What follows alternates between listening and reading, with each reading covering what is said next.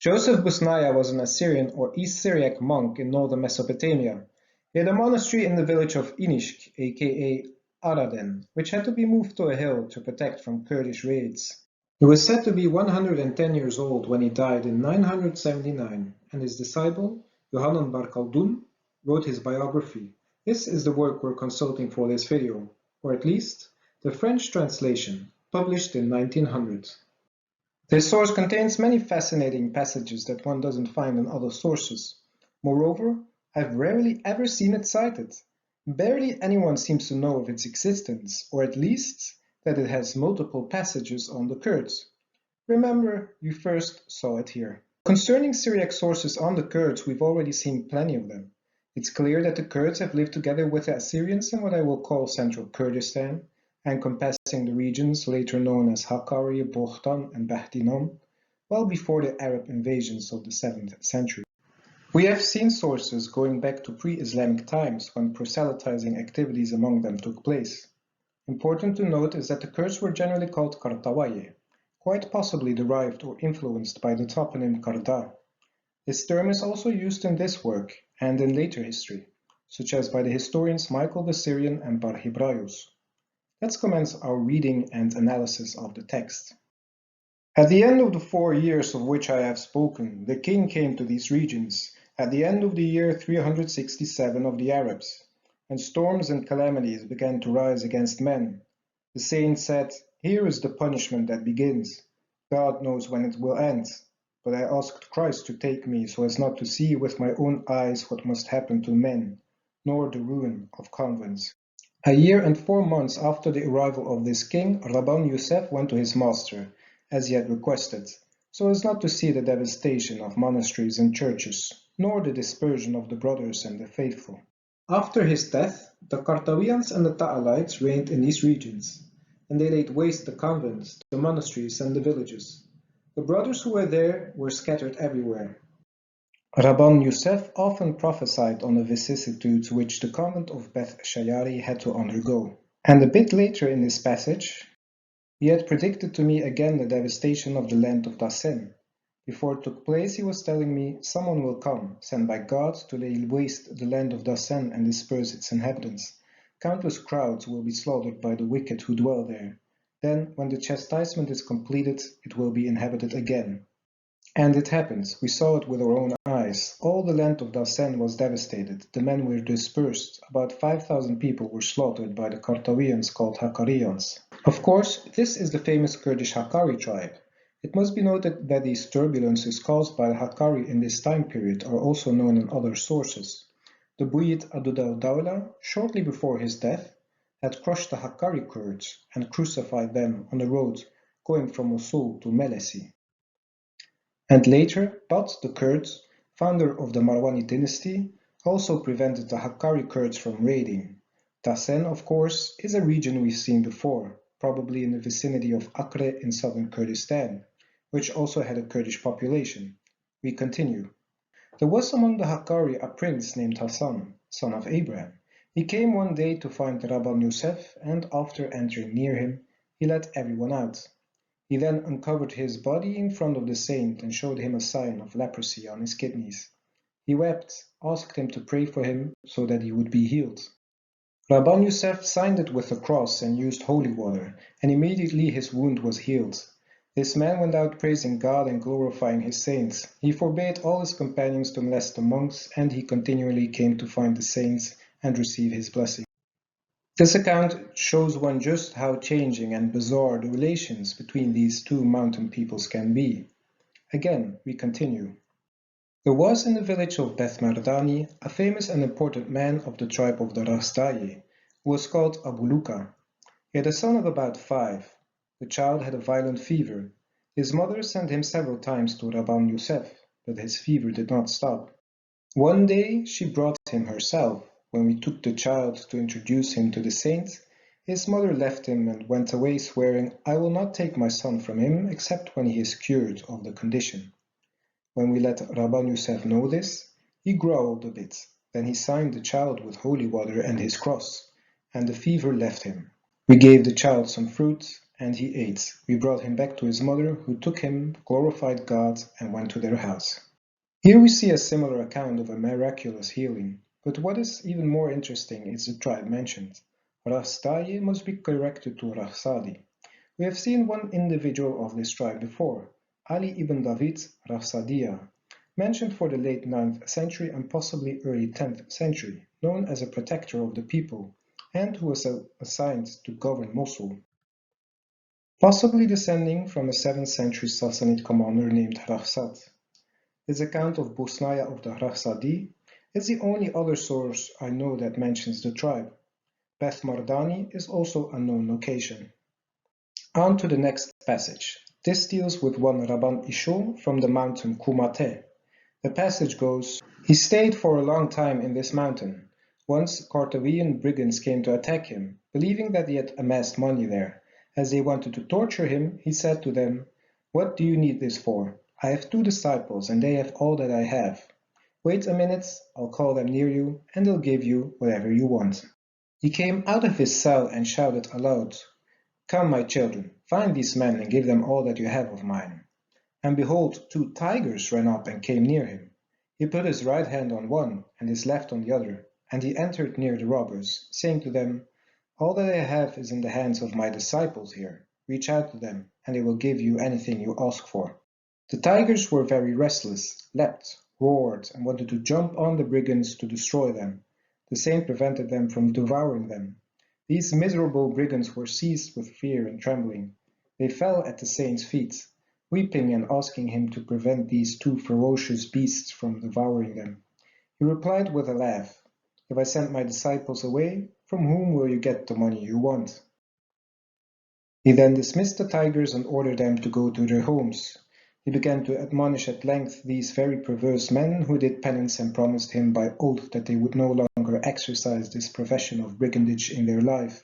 They walked away from him after doing penance and being free from all the malice that was in them. The leader of these brigands was a famous man in his tribe.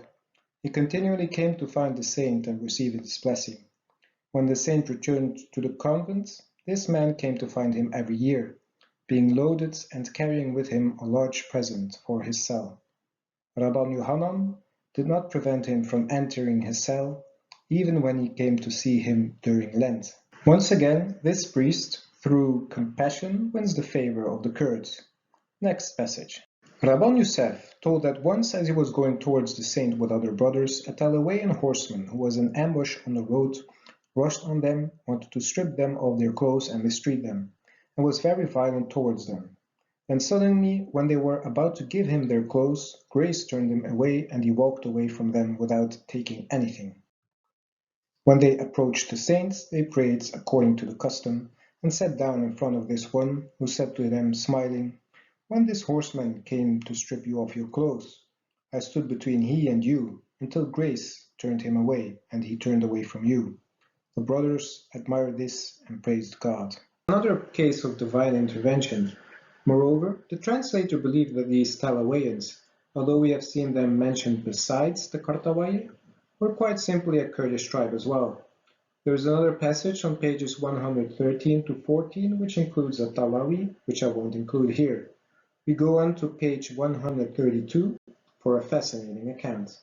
There was in the village of Kafar Qureh, in the district of Ain Babel, a Kartawayan of those called as Syrians. His name was Kamel. Having heard a story told about him, I miserably wanted to learn it from this man's own mouth, for he has remained in this temporal life until now.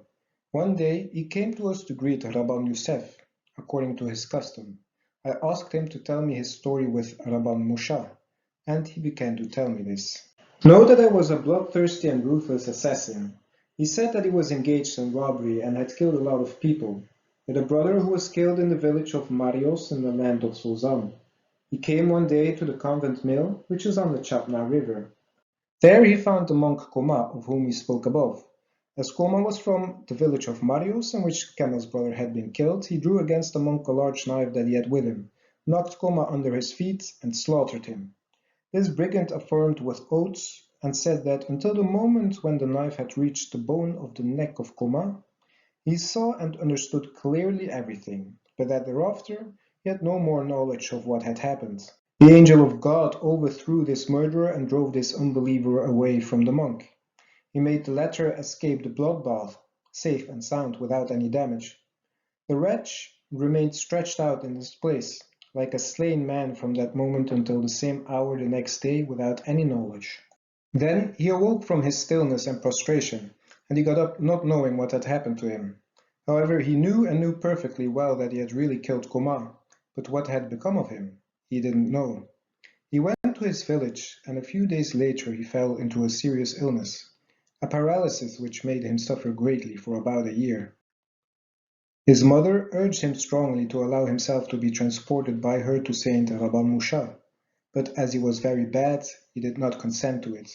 Finally, his mother forcibly loaded him onto a donkey and brought him to the convent near the saint.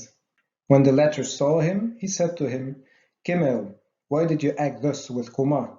And he sent for this one. When Koma came, Kimel, seeing him, was very surprised that the murdered man was still alive. Rabban Musha said to him, "Kimel, kiss Koma's feet and you will be healed." Kimel carried out his order and Koma returned to his cell. Rabban Musha had the table set, sat down there, called this man and said to him, "Kimel, come and eat." At this word, Kamel straightened up and stood up healed, like someone who would have never suffered. He approached the table and ate. The saint sent him back to his house after having warned and admonished him at length. He left the saint doubly healed, in his body and in his soul. He had his mother ride on the donkey that had brought him and walked to his village, praising and glorifying God for his healing. From that day on, he was quite different, and until his death he frequently returned to the convent to receive the blessing of the monks. I learned all these things from this Carthagean's own mouth. Once more, a divine intervention and miraculous healing, this time involving a member of the Dasni tribe. The mother's role in his healing also shouldn't be ignored. On to the next passage, concerning a Cenobite under Saint Rabban Musha.